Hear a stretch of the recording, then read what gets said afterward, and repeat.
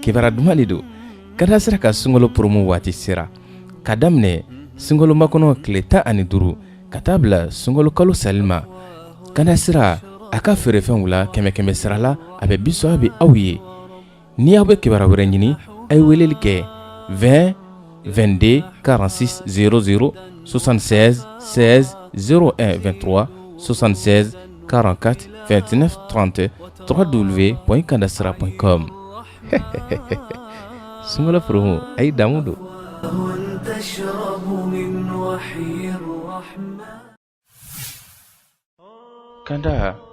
Kanda Sira Kanda silamɛya fama ɲuman k'a lase aw bɛɛ lajɛlen ma Kanda k'i to i sigiyɔrɔ la k'i yɛrɛ bila Kanda Sira kan Ala k'an bɛɛ lajɛlen bila Kanda Sira kan Bismillahir Rahmanir Rahim والصلاة والسلام على نبينا محمد وآله وصحبه أجمعين السلام عليكم ورحمة الله وبركاته أمبي أنكم يدمنا الله سبحانه وتعالى تقولك جينا ما لبولن تقولوا أن الله راه هنا كرنا تقولوا ولكننا أن يربوا هنا فلان بلا جنينا وكفى كشيا نما أمبو هنا فأكوك على كرام محمد صلى الله عليه وسلم أمبدين الإسلامون نسي كمرونينا أمنا نفولك أوي كجرالك أولا كذا سر سيرفيس كرام بلاسينكا نوي فانت أليني كروي دي كسانيك كذا سر كسيتي سانفه كاسورا يمسي كذا سر كبيرولا كذا كدرسونو ما هو مكوبا على يرى جونفه ولا سو كسيغا سروني نوغي ني هكلين بويرا أمنا نفولك مام بافكا سانيك سيتي سانفه ko sira do aw kɔrɔ ni Ala sɔnna ma Ala ka faamuya d'a ma wala ni b'a fɛ ka kana sanni kɛ kana sira ka site kan i n'a fɔ an b'a dɔn kɔrɔlen cogoya min na i bɛ www.kandasira.com i b'o taper i ka navigateur kɔnɔna na a kɛra téléphone ye o a kɛra tablette ye o a mana kɛ appareil sugu ye i ka navigateur kɔnɔna na i bɛ nin taper n'i y'o taper automatiquement i bɛna site sanfɛla la ni ne site sanfɛla ye i n'a fɔ kɔrɔlen an b'a dɔn cogoya min na o kɔfɛ n'i b'a fɛ ka sanni kɛ onglet dɔ bɛ yan nɔ n'o ye k'a fɔ menu na boutique i bɛ taa ale sanfɛ walima vente en ligne o min filɛ nin ye vente en ligne Orange Money i bɛ taa ale sanfɛ ka cliquer i mana fila fɛn fɛn ta a bɛ taa n'i ye Kanda Sira ka boutique kɔnɔna na n b'a cliquer boutique kan ni ye mɔgɔ min na sɔrɔ u bɛ ordinateur sanfɛ n'a sɔrɔ mɔgɔ minnu n'a sɔrɔ u bɛ téléphone sanfɛ i b'a ye kuma caman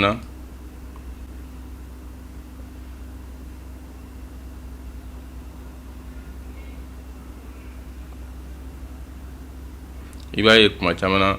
ni mɔgɔ min bɛ fɛn sanfɛla la écran bɛ dɔgɔya ta i b'a ye écran bɛ dɔgɔya ta o la i b'a cliquer nin yɔrɔ in kan n'i y'a cliquer a kan kuma dɔ a bɛ téléphone dɔw la a bɛ tablettew la i b'a cliquer nin kan ka na boutique la a fila bɛɛ lajɛlen kelen o la nin ye an selen Kanda Sira ka boutique kɔnɔna na alhamdulillah ka se ka sɔn nɔgɔya darisu 4 ɲɔgɔn na o bɛ yen a tigi b'a fɛ ka sanni kɛ yɔrɔ min kɔnɔna na misaliya an ka misaliya ta Imam Muhammad Mahi Watara ka avril kutuba paquet kan o la a prix filɛ nin n'o ye 500 francs kɔrɔlen n'i y'a kalo kutuba fara ɲɔgɔn kan o ye 400 nka sisan a kɛra 500 francs n'i b'a fɛ ka a san i b'a cliquer ajouter au panier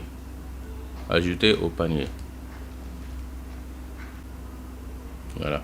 a filɛ nin n kɛlen ka cliquer panier ajouter au panier a bɛna n'i ye nin yɔrɔ la a b'a yɛrɛ la produit Imam Muhammad Mahi Watara kutuba avril 2019 a prix est 500 francs quantité est kelen a total est 500 francs quantité la nin ye kuma dɔ n'a sɔrɔ fɛn minnu ye fɛn physique ye n'o ye k'a fɔ a bɛ sɔrɔ bolo la misaliya n'a sɔrɔ CD don n'a sɔrɔ clé don i b'a sɔrɔ n'i ye quantité ta ni clé kelen walima clé fila n'i ye quantité charger k'a kɛ fila ye mais ni audio do olu ye quantité kelen o la n'i ye quantité charger k'a kɛ fila ye i bɛ mettre à jour le panier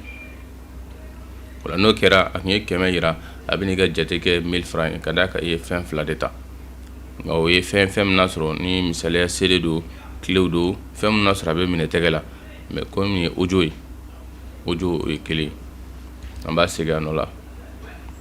voilà filɛ nin ye total panier sous total 500 francs total 500 francs o étape n'o kɛra sa i b'a kɛ a cliquer valider la commande. Validation de la commande o kɔrɔ i y'a valider a validelen kɔfɛ a b'a ɲini fɛ détail de la facturation o kɔrɔ ye di i b'a fɛ e min bɛna sanni kɛ i ka adresse misaliya la Kone Ibrahim voilà a b'a ɲini fɛ i bɛ jamana min na n'a sɔrɔ i bɛ jamana min na i bɛ ka sanni kɛ quand bɛ Mali la automatiquement i bɛ Mali ta a bɛ tila k'a ɲini fɛ i k'i ka téléphone numéro dɔn exemple 66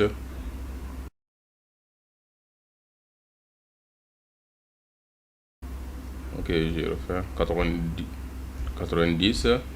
90 46 99 un exemple a bɛ tila k'a ɲini fɛ i ka adresse messagerie di o kɔrɔ fɛn in bɛ taa adresse i ka information a kɛ kun ye i ka kɔfɛ ni ala y'a kɛ n'i ka sanni segira kɔ walima i yɛrɛ ma se k'a dafa procédure min bɛ kɛ walasa k'i lasɔrɔ k'i ka hakɛ lasegin i ma o de don o la ni information ninnu an b'a ɲini mɔgɔw fɛ a nafa ka bon kosɛbɛ ka d'a kan n'i ka information don a b'a nɔgɔya i ye fɛn min san hali ni fili kɛra la e yɛrɛ ka sira fɛ i ka hakɛw bɛ se ka segin ka d'i ma o la tɔgɔ filɛ nin ye prénom Kone nom Ibrahim a bɛ jamana jumɛn Mali téléphone numéro filɛ nin ye o kɔfɛ adresse n'a ka di mɔgɔ min ye k'i ka compte créer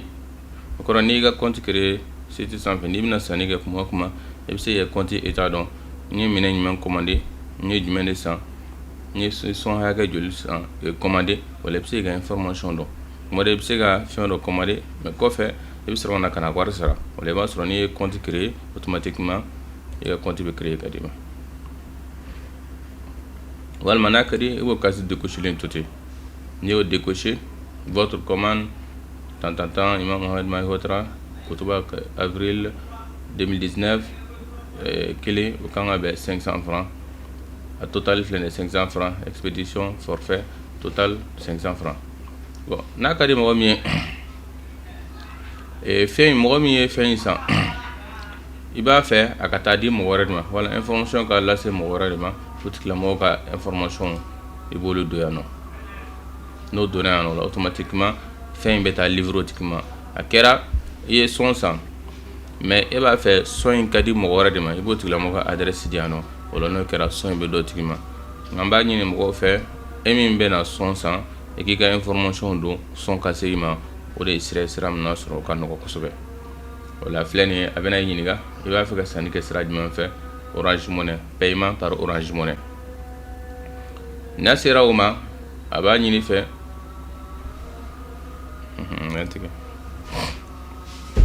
c'est version originale tɛ quoi diyagoya a bɛ to ka tigɛ n'a ye miniti 3 ani seconde 1 a b'a tigɛ o la nin yɔrɔ la baara o baara ni mɔgɔ b'a kɛ i b'a sɔrɔ sariya sugu de b'a la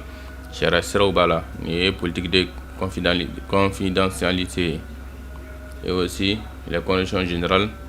olu bɛɛ lajɛlen défininen don o kɔrɔ ye a ka baara sariya an b'a fɛ sanni ka kɛ cogoya min na k'a fɔ fɛn bɛ feere mɔgɔw ma u b'a san sira mun fɛ ka ɲɛfɔli kɛ u ka se k'a dɔn nin y'o ye o la n'i ser'o ma i b'a lecture kɛ n'o ka nɔgɔ i ma ka kuma min b'a kɔnɔ k'olu dɔn o kɔfɛ i bɛ condition générale fana lajɛ ka kuma min b'a kɔnɔ k'olu dɔn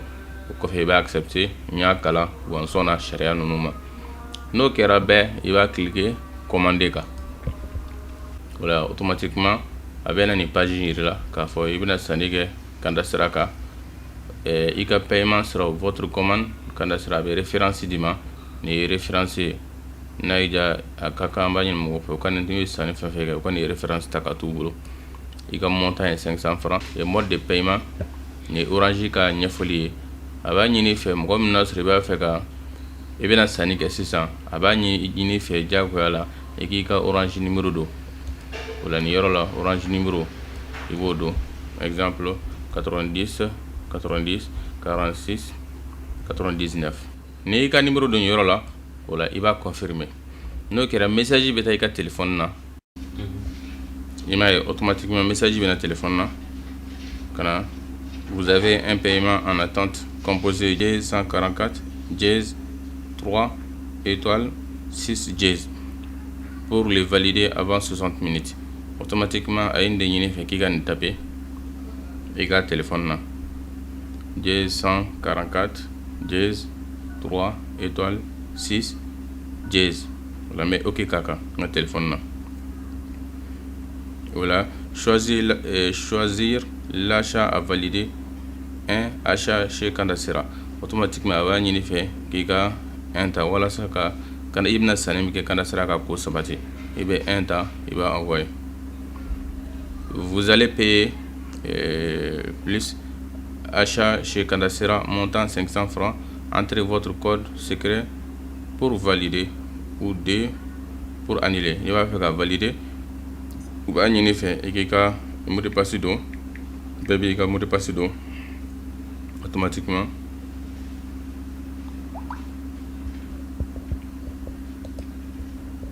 va valider. Y'a yira k'a fɔ votre l'achat est en cours de traitement. Vous recevez une confirmation par SMS qui bɛna information sɔrɔ par SMS automatiquement a filɛ nin ye a ye message min bila ka na vous avez payé avec succès les montants 500 francs pour l'achat achat chez Kandasira automatiquement a ko k'i ka achat validera. An b'a ɲini mɔgɔw fɛ yɔrɔ la automatiquement n'i y'o kɛ ni ye téléphone ka wari ko sabati wari ka taa ni wari taara i bɛ page kelen min kan n'o ye a ye information d'i ma Orange Money numéro donnen kɔfɛ ka inscription min d'i ma i b'i jɔ dɔɔni ka makɔnɔ kɛ dɔɔni ka d'a kan i m'a ye a bɛ ka munumunu jamanaw ka connexion tɛ kelen connexion ka teli yɔrɔ min na kosɛbɛ i b'a ye waati fitinin kɔnɔna na a bɛ na ni jaabi ye mais connexion ka suma yɔrɔ min na i b'a ye a bɛ temps dɔɔni ta o la i tɛ maga a la ni wari sarala ka ban i bɛ makɔnɔ kɛ a fɛ o la automatiquement ni commande reçue merci votre commande a été reçue o la numéro de la commande 61 79 a kɛra date min na total bɛna joli ma i y'a sanni kɛ sira jumɛn fɛ Orange Money o la sisan a bɛ kɛ min bɛ tugu o la o ye k'i ka fichier télécharger o de filɛ nin ye téléchargement o kɔrɔ n ye fɛn min san n ye darsu min san n bɛna télécharger a filɛ nin ye téléchargement restant indéfini i bɛ produit filɛ nin ye expiration le 27 avril 2019 o la a filɛ nin ye date filɛ nin ye Imam Mohamed Mahi Ouattara i ka téléchargement lien filɛ nin ye o kɔrɔ ye i b'a cliquer nin kan détail mun bɛ duguma a bɛ explication de y'o kan n'i b'a fɛ ka n'i bɛna téléchargement kɛ sisan ni min filɛ nin ye n'i tɛgɛ fila kan tɛgɛ ja fila kan i b'a cliquer o kan i b'a makɔnɔ dɔɔni a bɛ taa n'i ye i ka fichier la i ka sɔrɔ ka télécharger voilà automatiquement a nana nin de la Imam Mohamed Mahi Ouattara Kutuba avril 2019 mais a filɛ nin ye ka na n'i ye i ye fɛn min san sanfɛla la o la n'i y'a jateminɛ avril ka paquet la kutuba fila de bɛ yen bon n'a sɔrɔ waati min na n'a sɔrɔ kalo kutuba 4 bɛɛ kɛra i b'a sɔrɔ kutuba 4 bɛɛ b'a kɔnɔna na voilà i bɛ sɔrɔ ka cliquer téléchargement kan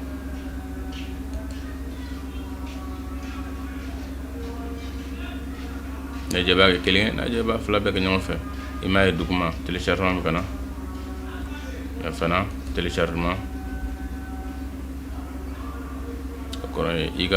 i ye son san i filɛ k'i ka son sɔrɔ o bɛɛ bɛ ka télécharger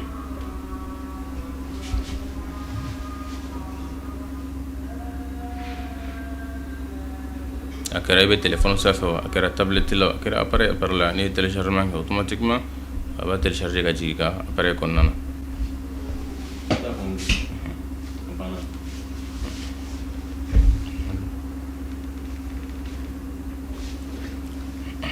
filɛ alhamdulillah sanni kɛra ni Orange Money e bɛ darsu min kɔ i y'a sɔrɔ k'i to i sigiyɔrɔ la sira nɔgɔyara wa teliyara nafa fana bonyana.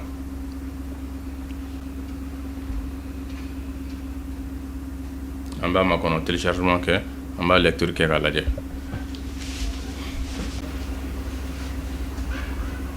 Voilà, alhamdulillah filɛ nin ma fichier téléchargé afficher tout.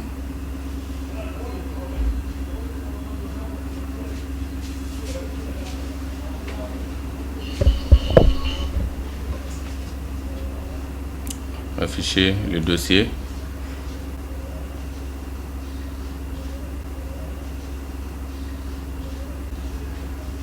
Automatiquement filɛ 408 km le 580 2019 le 12 80 2019 la photo in fila filɛ nin bɛ se ka dɔ k'a lajɛ.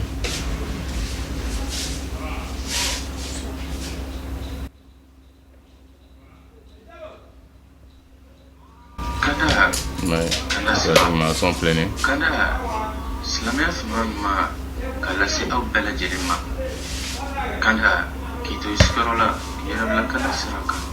ala k'an bɛɛ lajɛlen bila kada sira kan. Automatiquement ni ye baara nɔgɔyalen baara min n'a sɔrɔ ni an y'a laɲini ka a ɲɛfɔ aw ye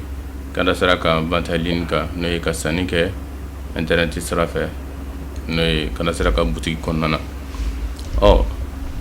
Dɔwɛrɛ bɛ yen mɔgɔ min n'a sɔrɔ n'o ye Orange Money tɛ jamana mun kan hali bi o kɔfɛ Orange Money tɛ jamana mun kan an kɛlen bɛ ka sira wɛrɛ bila o bɛ se ka u ka sanu kɛ kada sira ka butigi kɔnɔ ni nɔgɔya ye. O sira tɛ dɔwɛrɛ ye Western Union sira fɛ n'o ye warici siraw fɛ a kɛra Western ye o a kɛra wari ye o a kɛra MoneyGram ye warici sira fɛn o fɛn n'o bɛ sɔrɔ Mali la o la a tigilamɔgɔ n'a b'a fɛ ka fɛn min san a bɛ weleli kɛ an ka téléphone numéro n'o ye plus 223 20 22 46 00 n'a y'a ɲɛfɔ o la lien dɔ bɛ ci a ma lien min n'a sɔrɔ a n'a mot de passe o bɛ ci a ma o bɛ kɛ wari saralen kɔfɛ n'o ye a ye wari sara tuma min na o kɔfɛ o la lien min sɔrɔ ka ci a ma a kɛra a mago bɛ tafsir de la a kɛra a mago bɛ kutuba de la a kɛra a mago bɛ walanda n'o bɛ sɔrɔ kada sira bolo sanni bɛ se ka kɛ ni sira bɛɛ lajɛlen o kɔrɔ a ma dan Orange Money dɔrɔn ma sira wɛrɛw bɛ yen warici siraw fɛ sanni bɛ se ka kɛ k'i to yɔrɔ jan fɛ o la n'o kɛra automatiquement i b'i to o yɔrɔ la i b'i ka darsu sɔrɔ biiznillah. Ani service wɛrɛ bɛ yen n'o ye Pack Telimani ye kanda sira ye o la kanda sira o ye service ye min n'a sɔrɔ karamɔgɔw ka darsu bɛ bila o kan o ye groupe min bɛ WhatsApp sanfɛ mɔgɔw bɛ se ka pack fana san n'i y'o san o la i bɛ don groupe la darsu n'a sɔrɔ o bɛ kɛ Cheikh Mohamed Traoré ani al-Ustaz Abdullahi Koyita docteur al-Imam Ousmane Salih Traoré al-Imam Mohamed Mahi Ouattara olu fɛ ani karamɔgɔ wɛrɛw minnu n'a sɔrɔ kada sira bɛ ka darsu ta olu sɔn bɛ bila o kan. Ni de kɛ ɲɛfɔli kunkuru ye kada sira ka feere internet sira fɛ k'o ɲɛfɔ aw ɲɛna an bɛ ala deli ala ka dɛmɛ k'an n'aw bɛɛ lajɛlen ala ka n'aw sutura limana ɲuman ala k'o d'an ma kada sira ka baaraw ala ka dɛmɛ baara ninnu na ala ka fanga se wa sallallahu ala nabiyina Muhammad wa salamu alaikum wa rahmatullahi wa barakatuh. Ya bawo ni anw tɛ an ka sɛbɛ don kura. أعوذ بالله من الشيطان الرجيم بسم الله الرحمن الرحيم والصلاة والسلام على سيد المرسلين وعلى آله وأصحابه ومن تبعهم بإحسان إلى يوم الدين رب اكفنا السوء بما شئت وكيف شئت إنك على ما تشاء قدير ربنا هب لنا من أزواجنا وذرياتنا قرة أعين واجعلنا للمتقين إماما ربنا ظلمنا أنفسنا وإن لم تغفر لنا وترحمنا لنكن